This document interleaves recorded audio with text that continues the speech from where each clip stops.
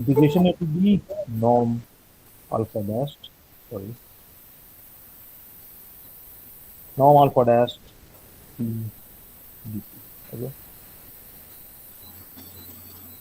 So this is the definition of arc length of a smooth parameterized curve alpha from a point alpha A to alpha B.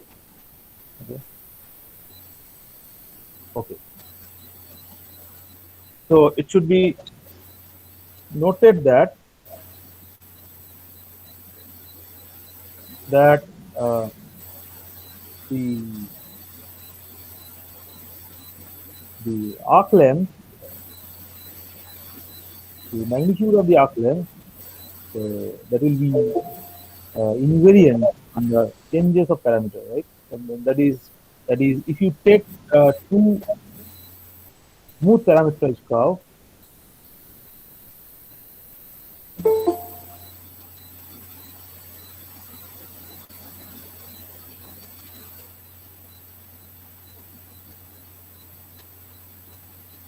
which are which are which are equivalent,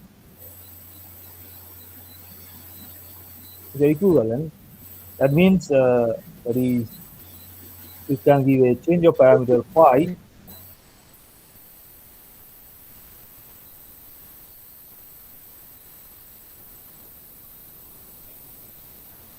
so that alpha t will be your beta of phi for all t belongs to A. Okay. Okay. So as alpha being the change of parameter, so it is a diffeomorphism from I to K. Okay. Where J is the interval where beta has been defined. Okay. Then so what do you have? After getting this, then you can apply chain rule, and then you will so by chain rule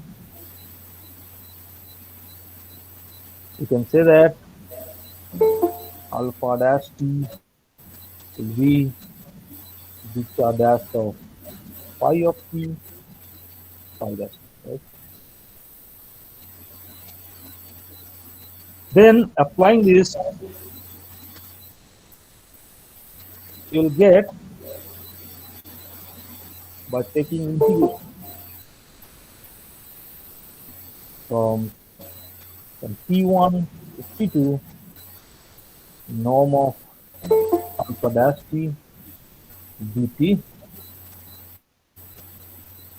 So it is t1 to t2 norm of beta dash of phi t phi dash t dt. Okay. So after calculating this one, you'll get that it will be plus minus integration over, suppose take s1 to s2 norm of beta dash s ds, where your s is phi of t, and with respect to which s1 and s2 has been defined. Okay, that means s1 is phi of t1 and s2 is phi of t2. Okay, so this shows that, so if you take the modulus, then they are same. So the mod of this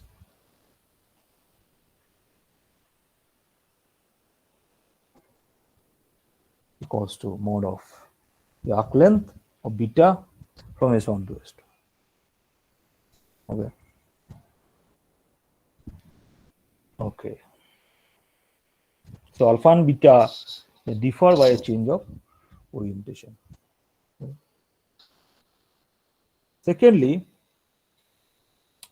suppose your alpha be a regular parameterized curve. Okay. So suppose alpha be a regular parameterized curve. Okay. Then what will you get? Then, so suppose you can define by means of the definition that you have given here of arc length. So you can define. Hello. Hello. Dr. Abhishek, someone is asking why we are taking modulus. Someone is asking. Okay, because this is actually this may be plus integration s1 to s2 or minus. So you're taking the modulus, then they will be same. Okay.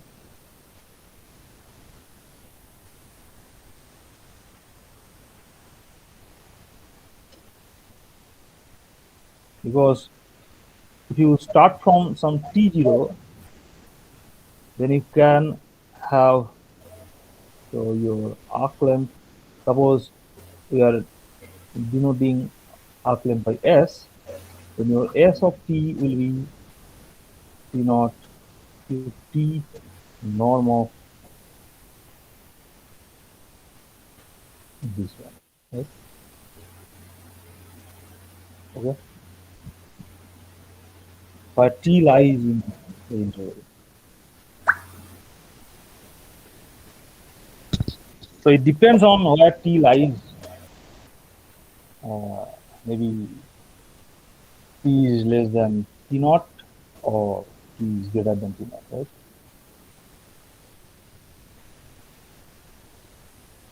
So this definition of small s, Hi, so this is Abhishek, I have question. uh, Uh, why you are taking this regular parameterized curve here in this definition? no, I'm not taking regular parameters for this definition. I'm just giving you the function by means of this definition. I have Okay. mentioned it already. No, you write here S is a regular parameterized Mhm. curve. Mhm. Sorry, alpha is a regular Mhm. parameterized curve, and then Mhm. you are defining ST by this. So Mhm. I'm worried No, means no, I'm not taking regularity for this definition. okay, okay, okay, This is simply a map just by using the definition of arc length. So this is a map from your I to R, defined like this. Okay. okay, fine. Yeah. And starting from, so this is the arc length function defined over I, starting from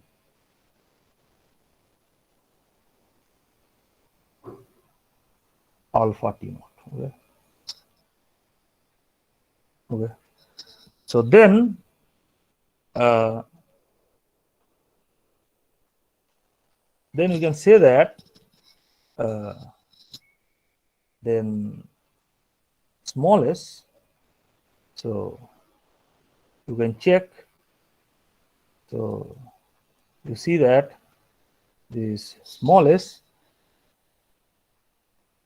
will be a continuously differential map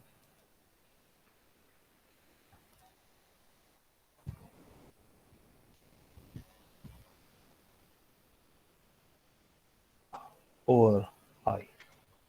Okay, as it is evident from the definition of S that your S dash T will be norm of this one. Right? Okay. So from this, so now if you assume that your curve is regular, then further you can check. So this may be taken as an exercise for your TA session. To check that this small s is a smooth function.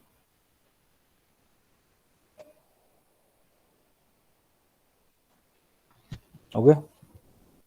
Now it is okay.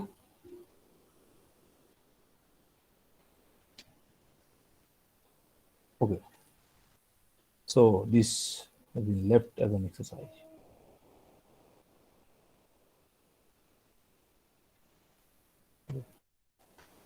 Thirdly, uh, suppose if we replace our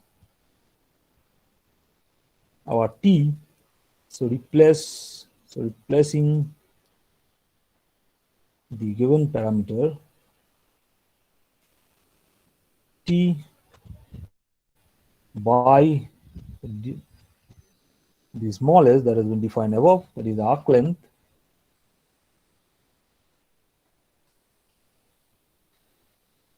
function, then you will get that your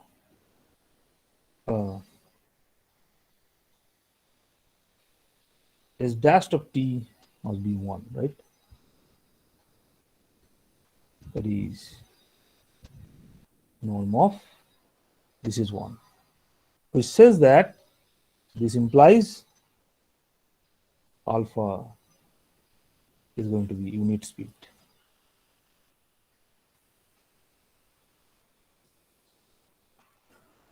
That is alpha is naturally parameterized. Okay. Okay. Now, on the other hand, if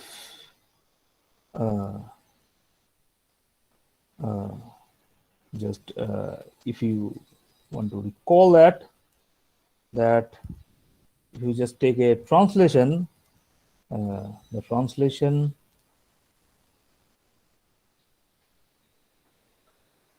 will be a diffeomorphism,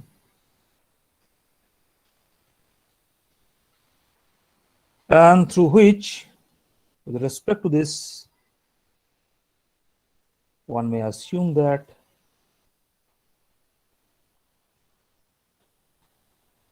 that 0 belongs to I, right? Then if alpha is unit speed, we shall get that, just compute the arc length function from starting from alpha 0 to any t, to any alpha t. So it is integration 0 to t norm of alpha dash t dt. But since the curve is unit speed, so it will give you only t, right? So which says that the natural parameter is the arc length up to a sign. Okay, so this says that the natural parameter is the arc length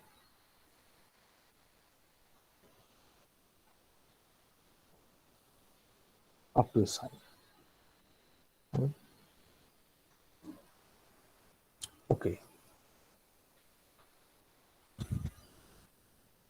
Fourth one is also very interesting, that suppose you have any smooth parameterized curve, so alpha, a smooth parameterized curve, and let us choose a closed interval sitting inside this I, such that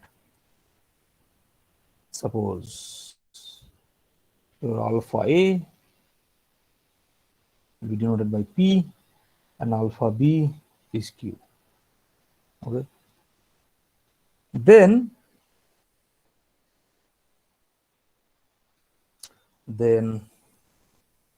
what is the norm of alpha B minus alpha A? What is that?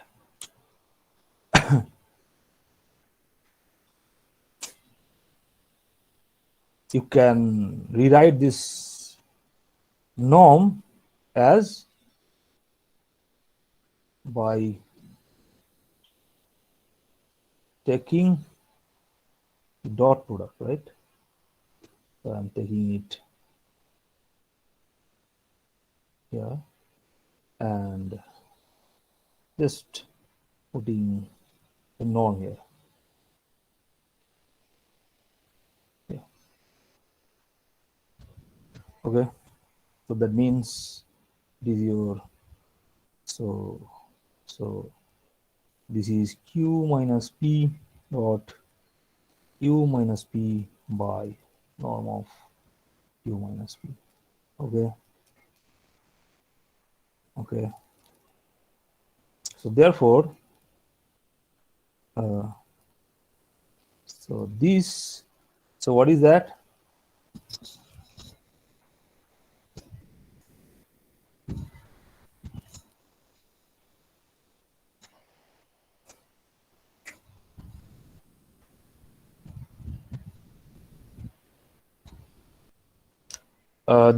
This expression can be rewritten as that integration A to B alpha dash t dot Q minus P by, sorry, norm of Q minus P dt. Okay. Yeah. And then it will be less or equal to integration A to B mod of alpha dash t mod of Q minus P. I'm taking norm, I'm sorry. So norm of Q minus P, yeah, dt. So therefore it is integration A to B norm of alpha dash t dt. Okay. So this is the arc length of the curve from A to B. Okay.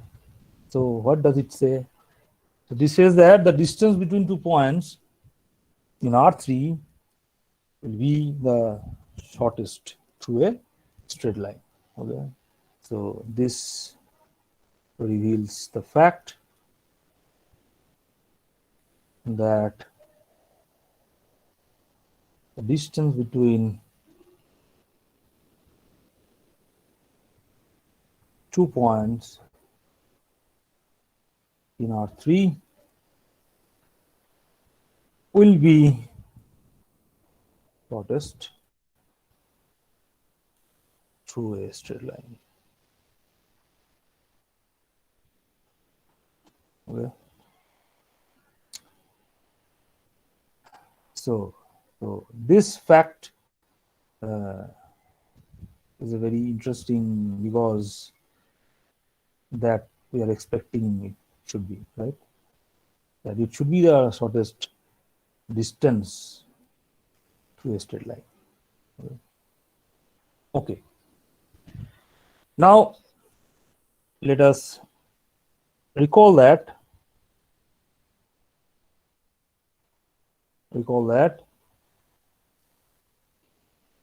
that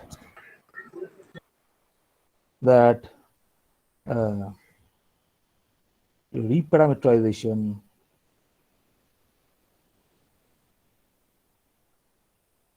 of a regular curve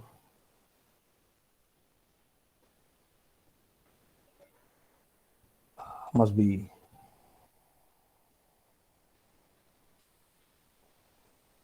regular, right? Have you checked it? So let's have an exercise.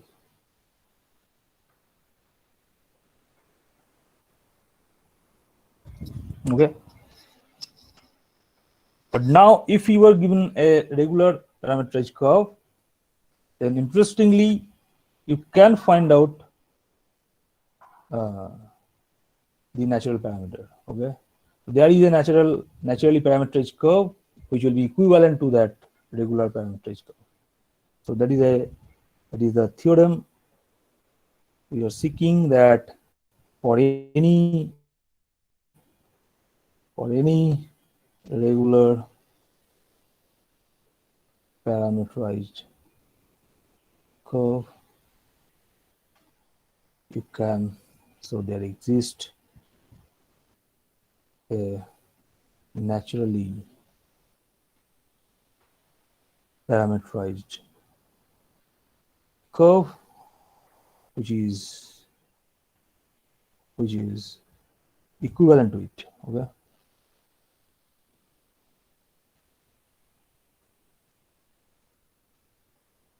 okay, but how?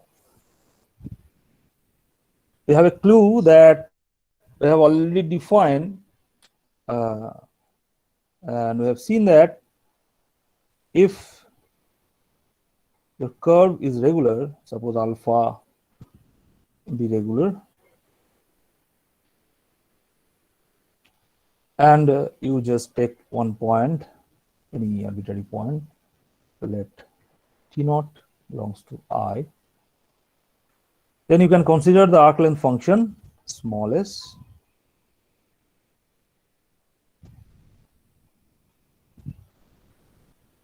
from I to R, that has been defined by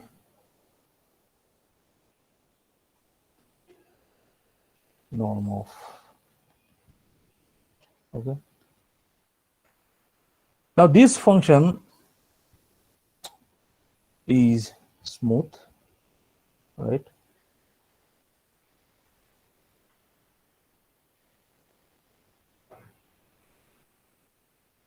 Okay, and also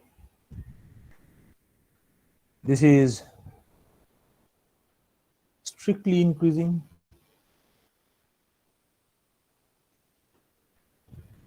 Why? Because of the fact that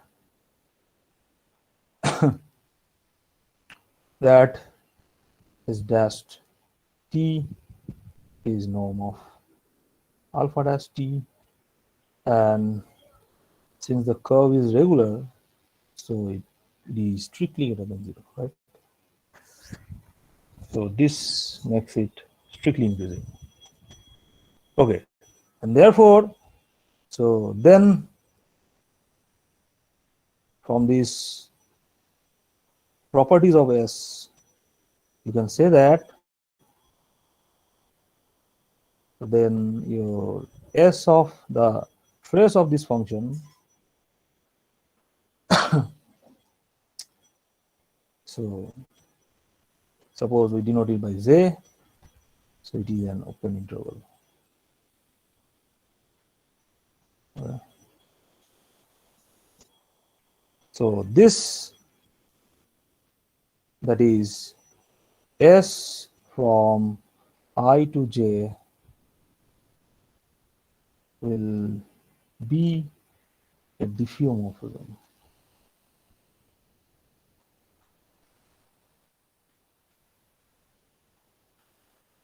Okay.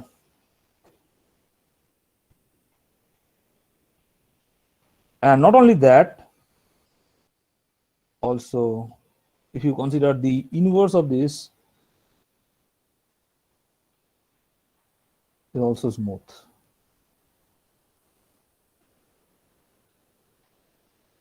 Okay. So we denote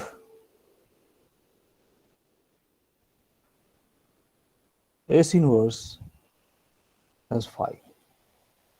Okay. Then by using this phi, we can define another parameterized curve.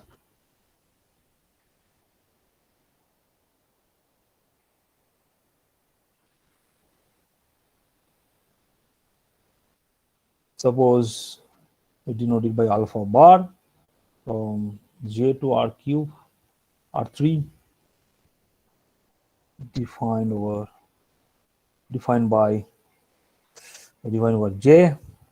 by alpha power of small s, because you see that the parameter in this interval is t, and since through this function it goes to s. Okay, so alpha power s is alpha of phi s, and certainly so this alpha power is equivalent to alpha. Okay, now if you are going to compute the first derivative of alpha bar, then it will be something like this. By applying chain rule, it is alpha dash of phi s, phi dash s, right? And if you put the parameter t as phi s, then you can rewrite this expression as it is alpha dash of t phi dash s. Okay. Now, what is your phi dash s?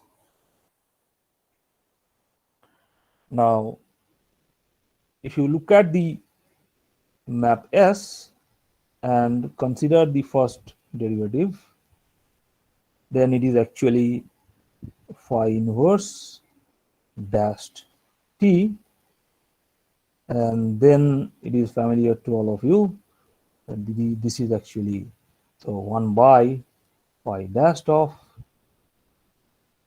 phi inverse t. That is, this is 1 by phi dashed of s. And this implies that norm of alpha dash t will be 1 by phi dash s. Okay. And therefore, from this one, so this gives us that what is your norm alpha bar dash s? So this is 1, right?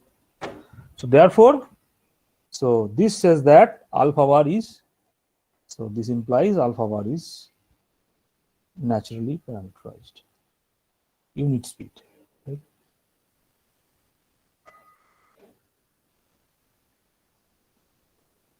By means of our arc length parameter.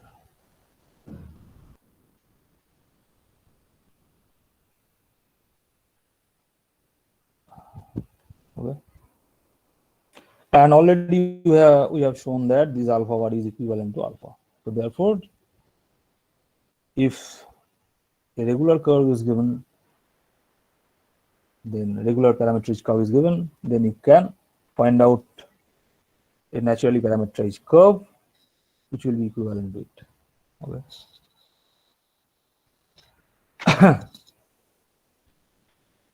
So suppose let us have a look at the example that let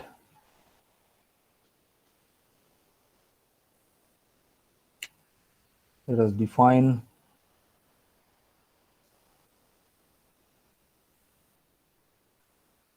by alpha p equals to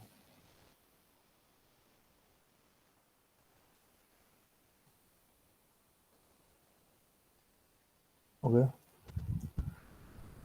Then what is the arc length?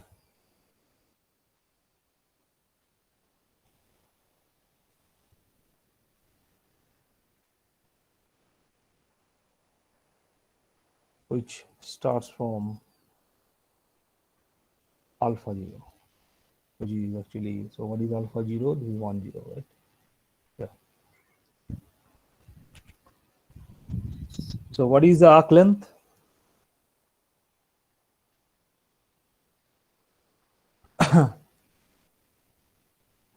Just taking s of t is from 0 to t norm of alpha dash t dt, right? Now what is norm of alpha dash t?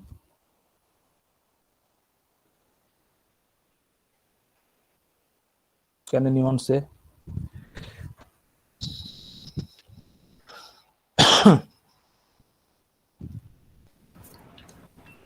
Under root d by dt e to the power t cos t square plus d by dt to the power sin t square. Right. Okay. So you can compute this integral and it will be something like this.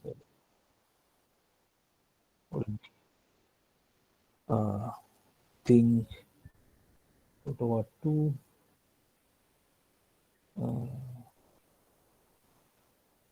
minus 1. Yeah, you can compute it, and maybe we can take this as an exercise for TA session. So your arc length will be this. Okay. Then through this small s, so what will you get?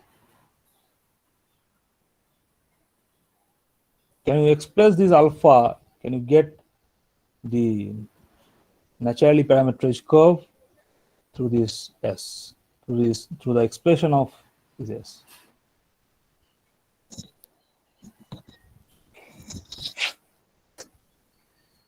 So your e to the power t is 1 plus small s by root 2, right? Then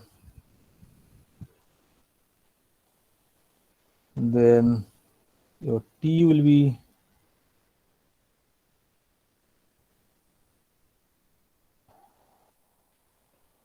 uh, 1 plus this one natural log. Yeah. Okay. So therefore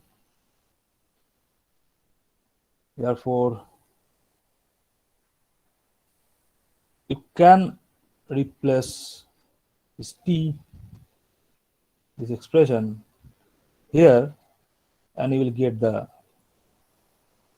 naturally parameterized curve which is equivalent to alpha. Okay. Okay. So this is an example which you can see. Okay. Now, although the theorem says that every regular parameterized curve does have a natural parameterization, but sometimes it would be complicated or even impossible to find out an explicit expression of the given parameter in terms of its natural parameter, arc length parameter. Okay.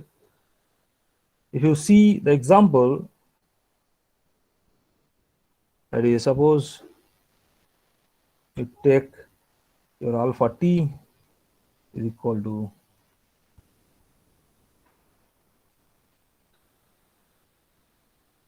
suppose t inverse t cube, where t runs over r. Okay. And can you check that alpha is a regular parameterized curve.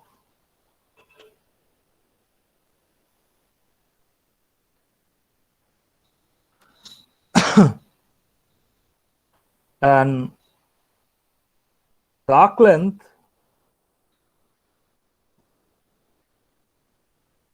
of this alpha, arc length starting from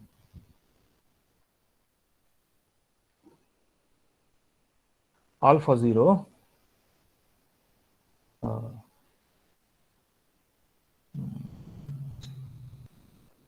I think the curve is different. The arc length will be, yeah, okay. No, I'm sorry. This is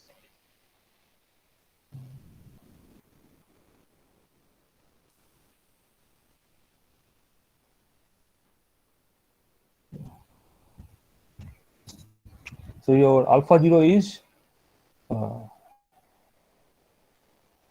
this one. Okay. Then the arc length from this, so this is s of t. So this is integration 0 to t. If you are going to compute this, then it will be something like that. It is 1 plus, so 4. Suppose we put another u square plus 9 u to the power 4 du. Yeah. So this expression, so st is integration 0 to t root over 1 plus 4 u square plus 9 u to the power 4 du. So it doesn't give you an explicit expression of t in s. It doesn't give you an explicit expression of t in terms of s.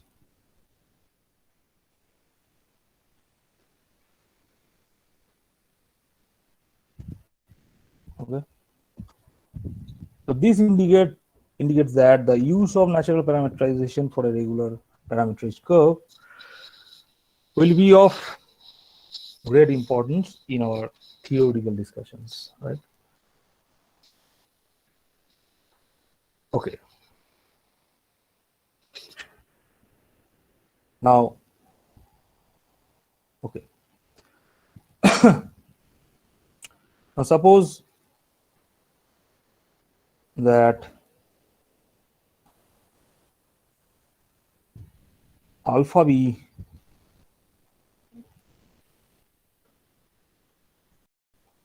a naturally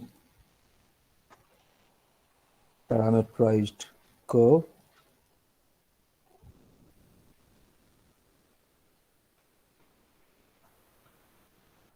and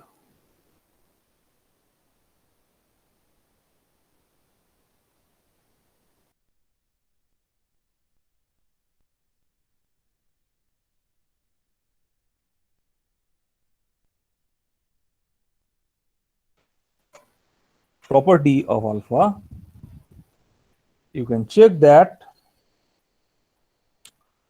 So you can check that either alpha double dash s is 0 or alpha double dash s is orthogonal to alpha dash s. Okay, just by using the fact that alpha is unit speed. So therefore, you will have two cases, that is either alpha double dash s is 0 or alpha double dash s is orthogonal to alpha dash s. Orthogonal means, sir, here? Uh, Or metric? if their dot product is 0. Okay. Okay. Yeah.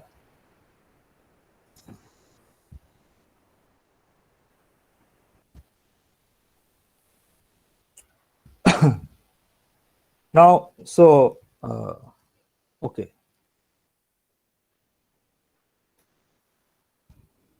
this the norm of alpha double dash s.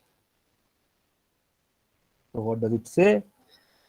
So this measures the rate of change of the angle which the neighboring tangents make with the tangent at the point alpha s.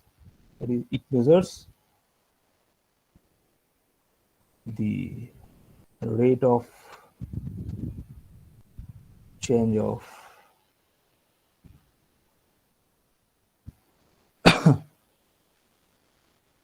the angle which the neighboring tangents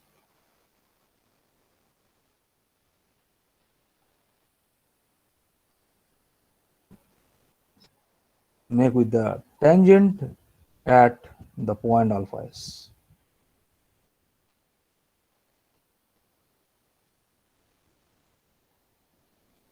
Alpha s. Okay. So that is, it gives us the situation that how rapidly the curve pulls away from the tangent line at the point alpha s around the neighborhood of the point alpha s. Okay. So it says that that how rapidly the curve, Sir, neighboring tangents makes with the tangent.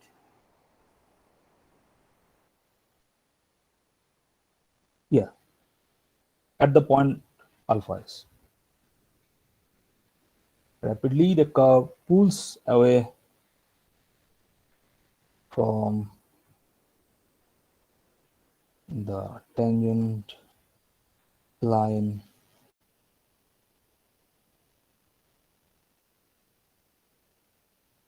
at alpha s around a neighborhood at that point.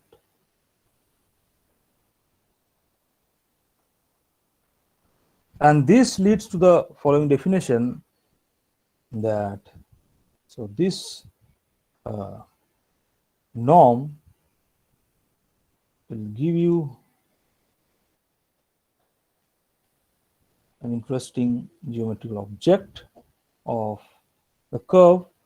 That is, suppose your alpha is a smooth parameterized curve that has been already assumed having parameterized by the arc length s, then the number which will be denoted by alpha s, that is norm of alpha double dash s. So it's defined to be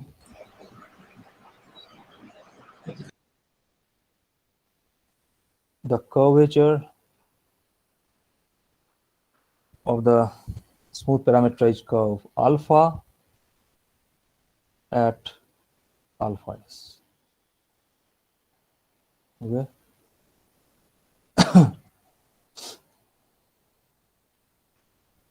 So that means so it is a map from this I to R. Okay. Defined by this way. And it should be noted that if you are arriving at this case, that is alpha double dash s is 0, that means your norm is 0. So if norm of this is going to be 0, then it gives you the situation that your alpha s will take the form of some lambda s plus mu, right, or some scalars lambda and mu. Okay. And what is this?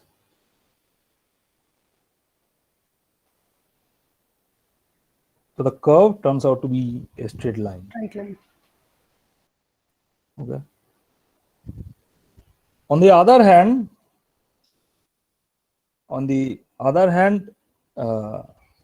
if you are considering a straight line, then your kappa will be identically 0. Okay. So you can say that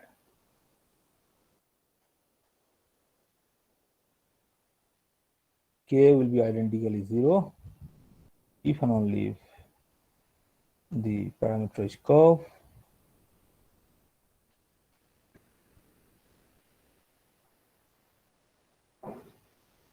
will give you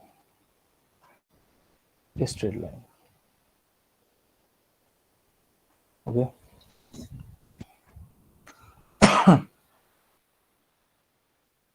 Okay.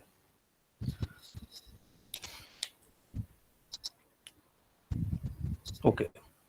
Now, to make this kappa smooth, we need to assume that to make it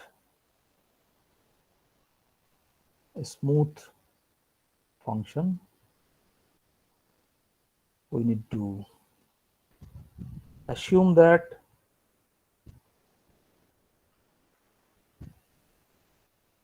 alpha double dash s will not be 0. That is, which says that this will not be 0 at alpha s. Okay.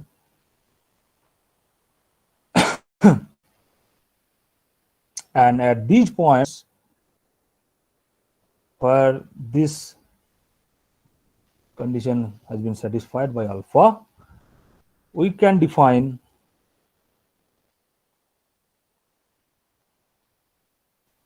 a unit vector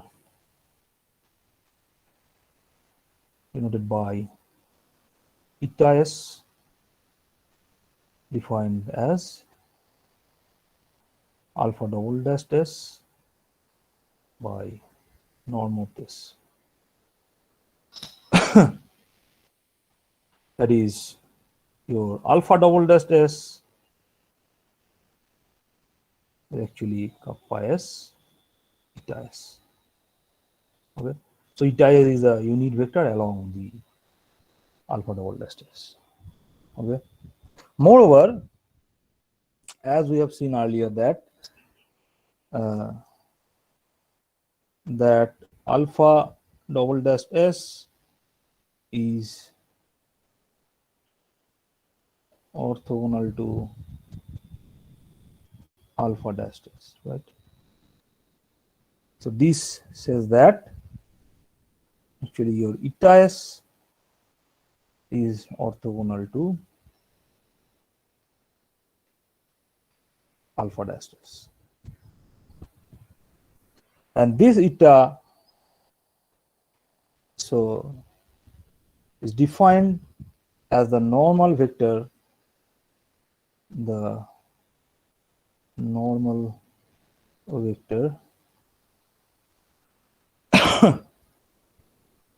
at alpha s. Okay. So from now on, we are assuming that the curves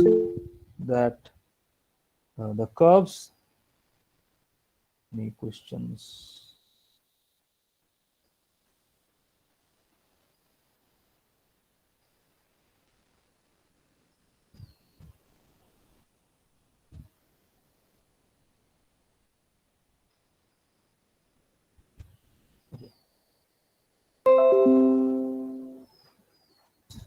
So this is a normal vector at alpha s. Now a point small s belongs to I is called a singular point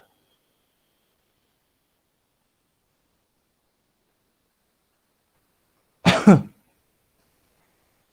order 1 if your alpha double dash is 0. Okay. So maybe one can immediately say that the points at which alpha dash test is 0 are called singular points of order 0. Okay.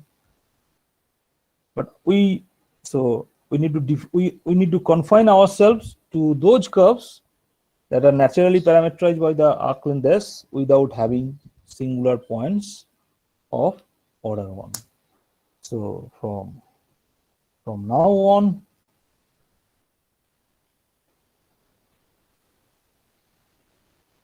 we consider those curves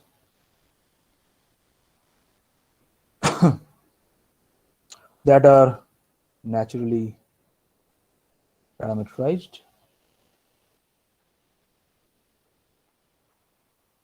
without having singular points of order 1.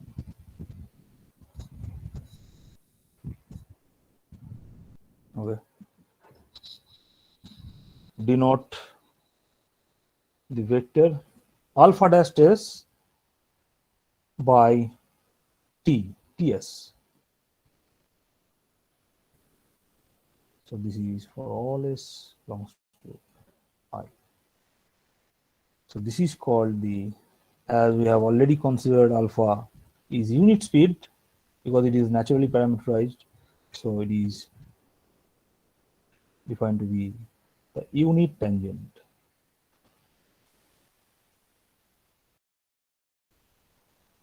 vector at alpha s. That means, so your t dashed s is kappa s eta s. This is true for all s belongs to I. Okay. So now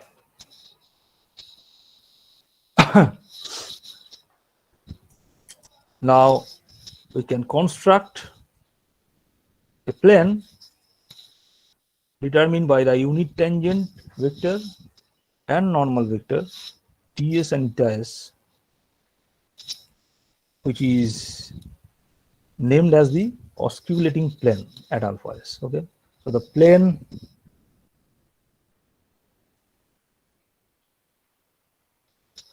determined by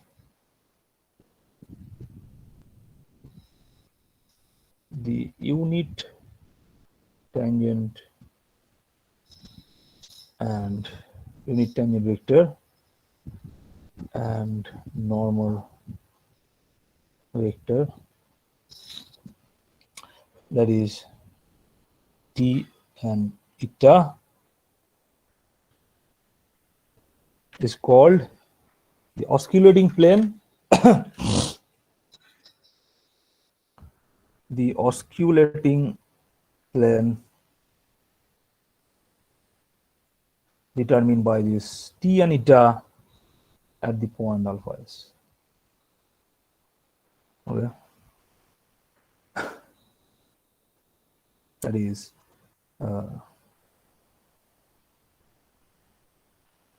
so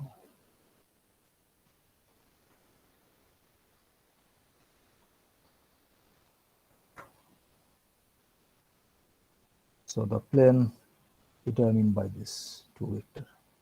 So this is your t and this is eta. Okay. So this is the osculating plane.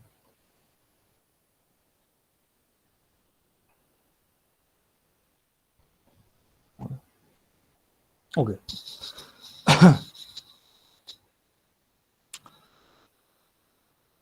Now we consider, since now we have two unit vectors, one is t, another one is eta, and then with respect to these two vectors, we can take the vector. So consider the vector which is denoted by B. So at the point S, it is defined as the cross product of T and eta. And definitely, by definition of cross product of two vectors in R3, it is orthogonal to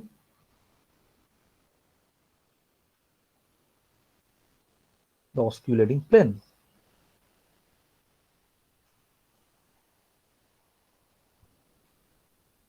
At alpha s.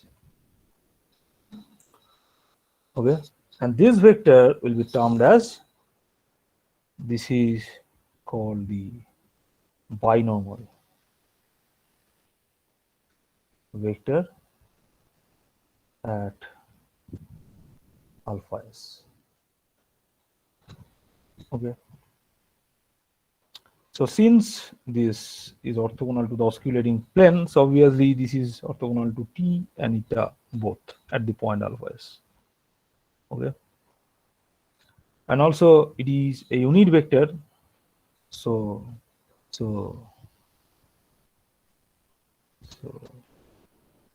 being a unit vector, you can prove that beta dash s. Sir, osculating plane, please. What is osculating plane? I have defined already. It is the plane determined by the unit tangent vector and normal vector at the point alpha s. Okay. Okay. Okay. Thank you, sir. Yeah. Okay. So being a unit vector, so since beta, since B is a unit vector at alpha s, so beta B dash s is orthogonal to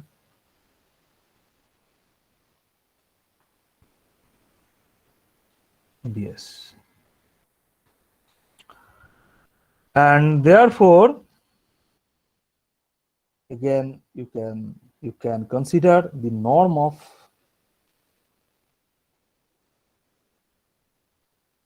this B dash s. And what does it say? It measures the rate of change of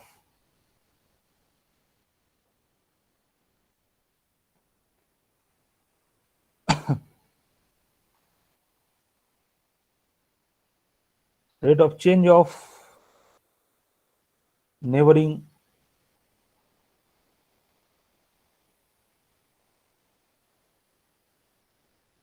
osculating planes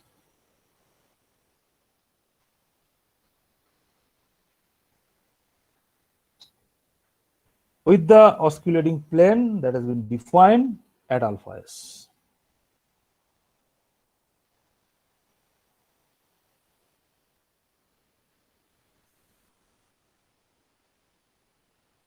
At alpha s. That means B dash s.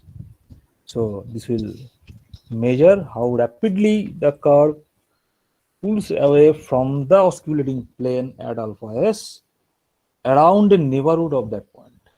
Okay. So it basically says that how rapidly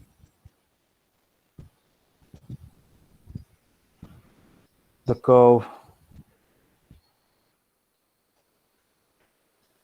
pulls away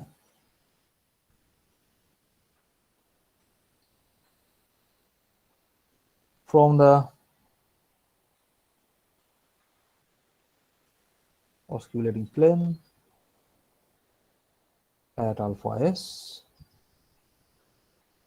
around a neighborhood of that point.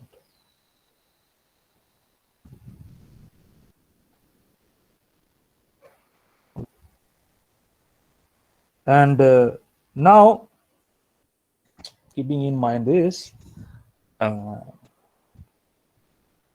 just compute the first derivative of B by using its definition. That is, B has been defined as the cross product of T and eta. So as you are all familiar with this kind of situation, so B dash test can be written as T dash cross eta S plus cross this. Okay. Now we have already seen that this T dash and eta are orthogonal to each other. So therefore, T dash and eta are in the same along the same line. So therefore, this is zero vector. So you will have this T cos eta dash test. Yeah. So this is T S cross eta dash test, as T dash and eta are parallel to each other. Okay, and from this you can see that the vector B dash test, this is orthogonal to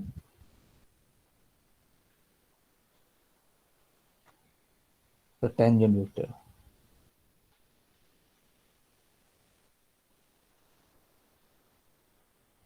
TS. Okay, so yeah,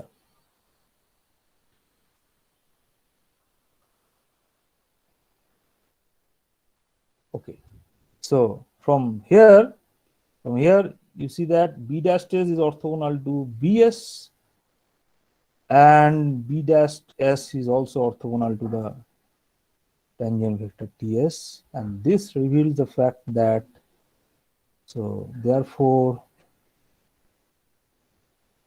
this vector B dash S must be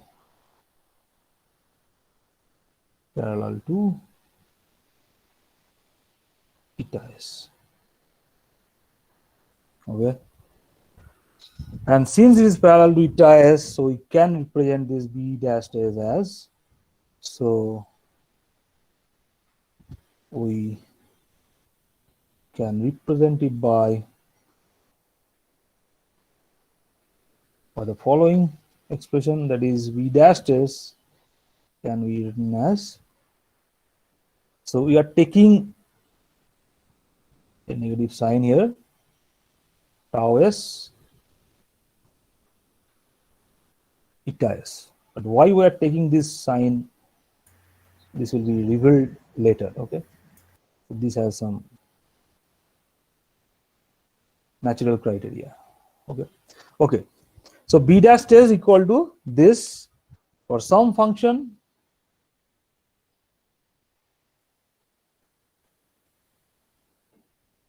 tau, so minus tau S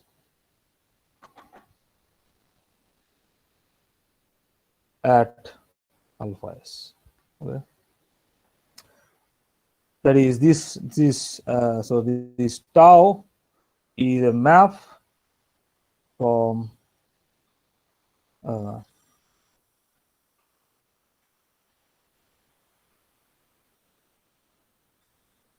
so it is a map from I to R,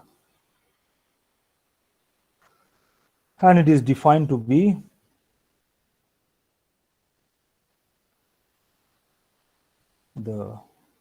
another geometrical object associated with the curve alpha. It is defined to be the torsion of the parameter curve alpha at, so an alpha S at every point of I. Okay.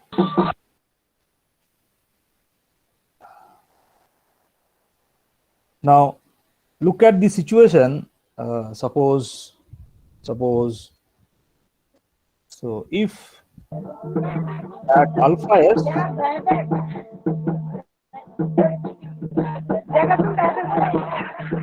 uh,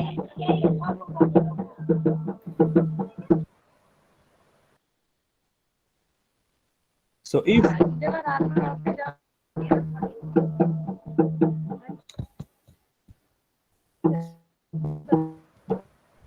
Sulochana, please mute your mic.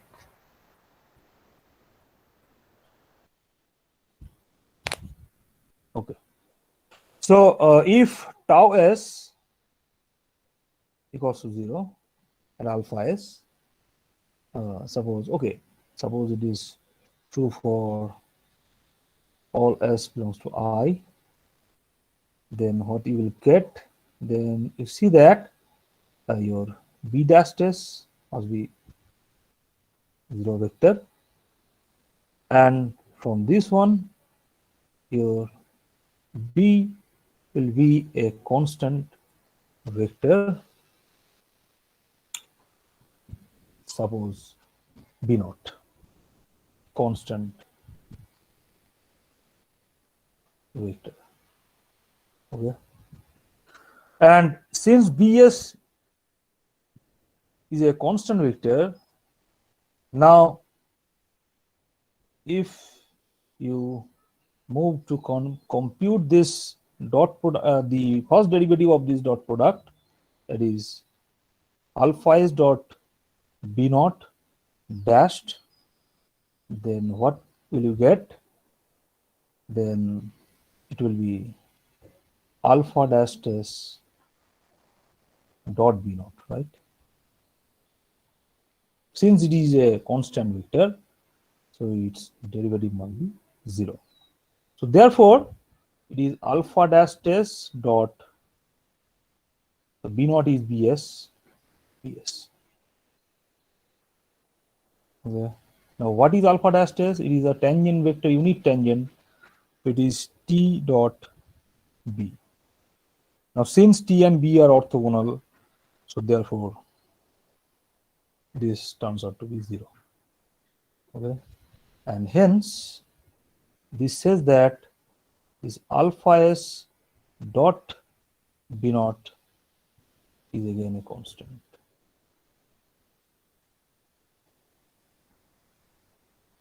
Okay, so from this equation, this says that so alpha s is contained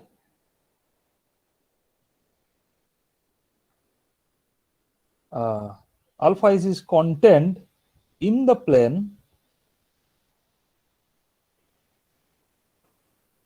which is normal to, in the plane that is normal to the constant vector b naught. Okay, that means alpha turns out to be a plane curve. So alpha becomes a plane curve, is contained in a plane. Okay. On the other hand, so is left as an exercise that if alpha be a plane curve, then what do you think of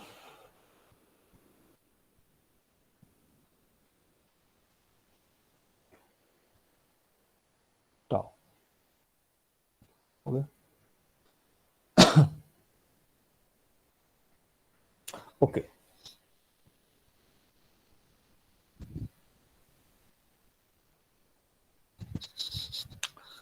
Okay.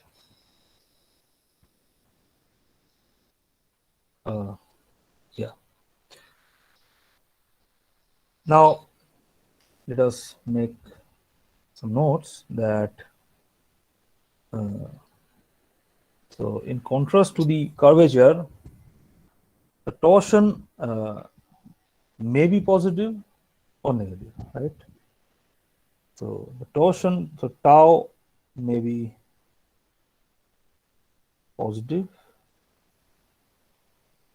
or negative.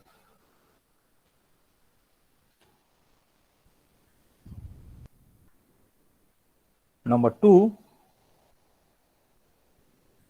by changing orientation, the binormal vector changes its sign. Okay, so as because B has been defined with a cross product of T cross eta, so then by changing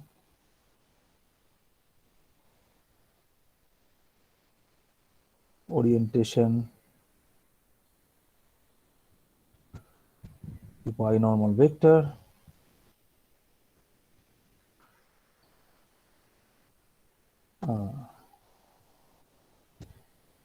changes its sign.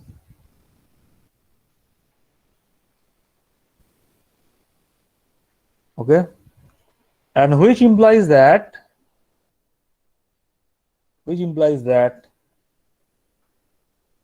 eventually the torsion remains invariant under a change of orientation. Okay, so torsion remains invariant under a change of orientation, and this you can check. So left as an exercise. Okay. So let us sum up the discussion that what we have achieved so far. Given a point in I, so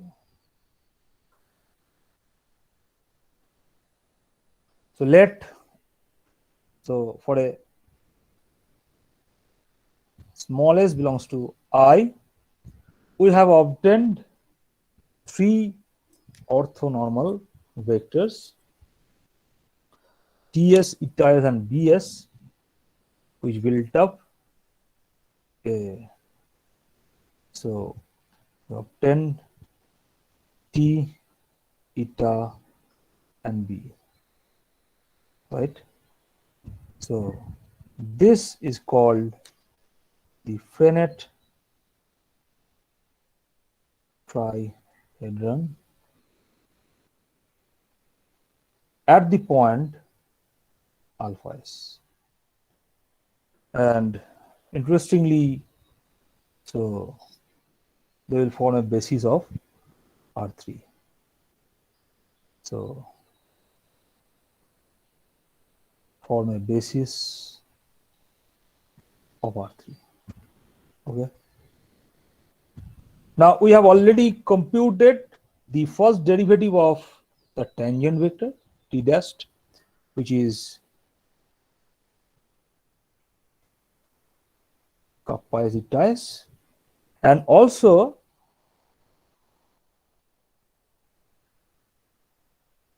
the first derivative of B dash s, that has been represented as tau s eta s, right?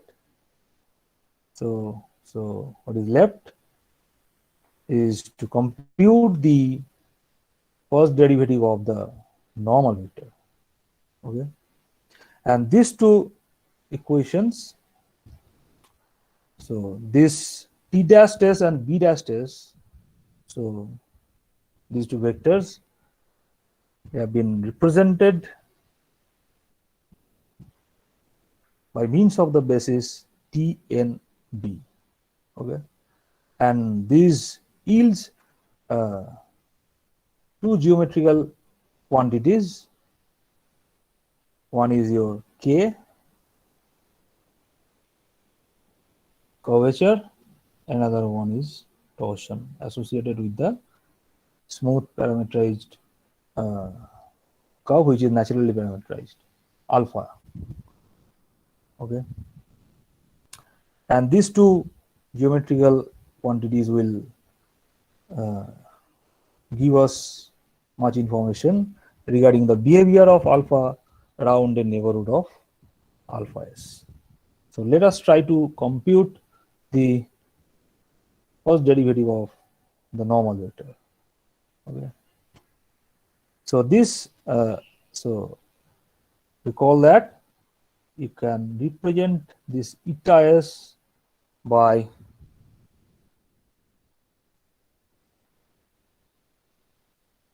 taking the cross product b s and ts.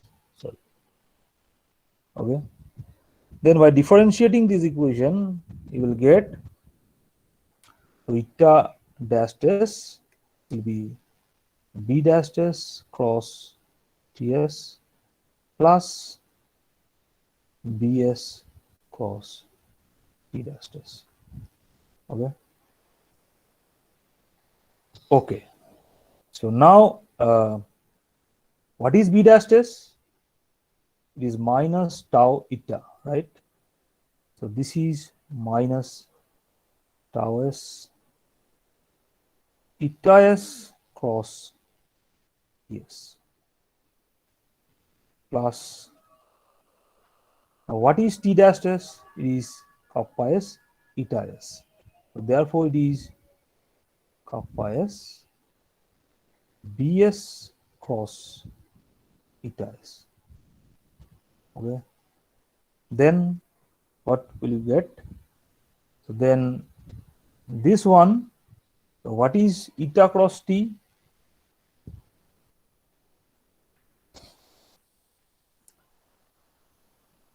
Minus of bs, right? So this is tau s bs, and what is b cross eta? It will be minus kappa s ts. So that means you can represent it by kappa s ts plus tau s bs. Okay. So hence your eta dash s is, so that is your eta dash is minus kappa t plus tau b. Okay. So again, so this eta dash gives us the same geometrical entities kappa and tau. Okay. So therefore we can furnish all these equations below. That is t dash is your kappa eta.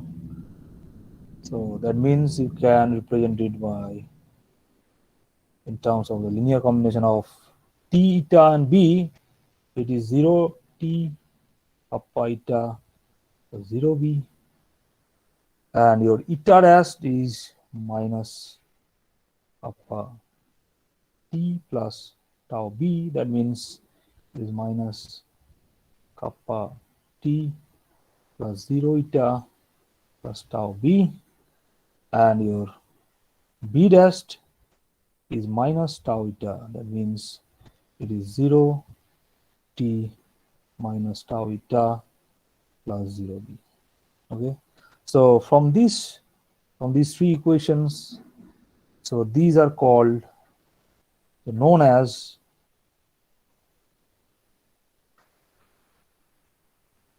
that Serret-Frenet formulas.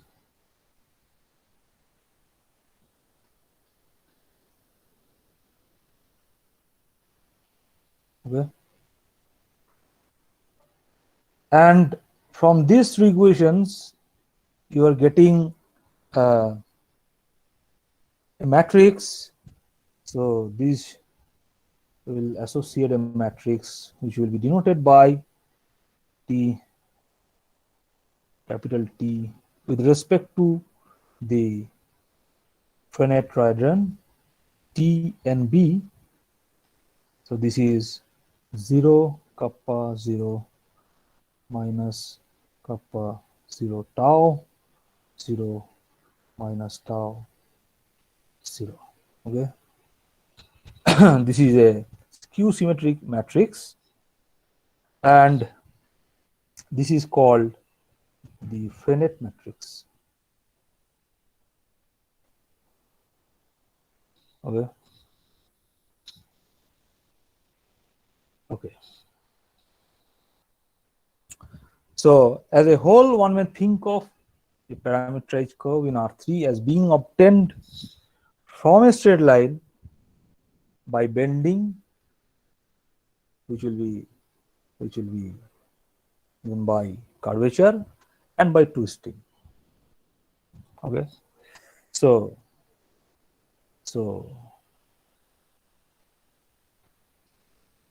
a curve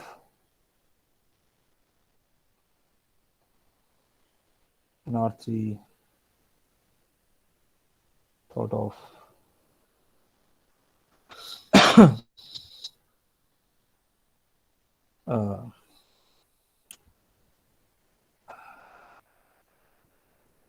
so you can think of this as,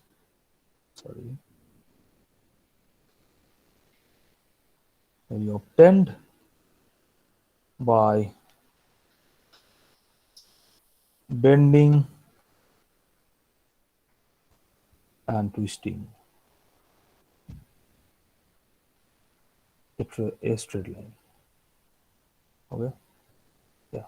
So it will give you curvature. It is given by the curvature, and this is by torsion. Okay. So I would like to just I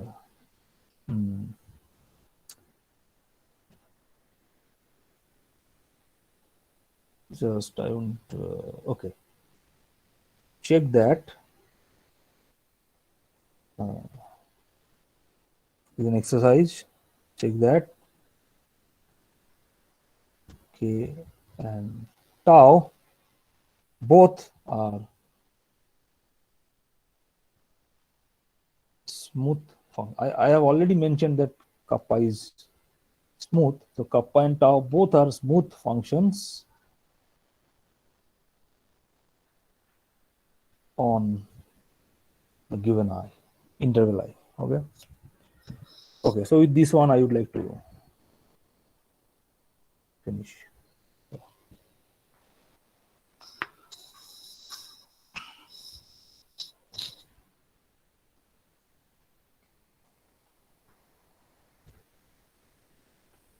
Sir, Frenet matrix, extreme right corner, 0 kappa T or 0? Which one? This one? Frenet matrix, extreme right corner, top 0. right corner. It will be 0. 0, 0. Yeah.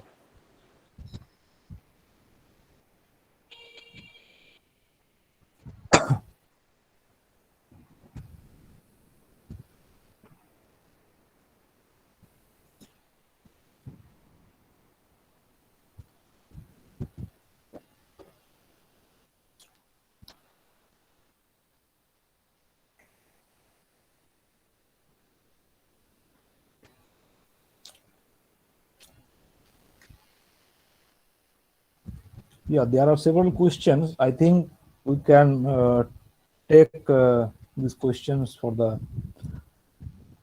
tutorial session, right?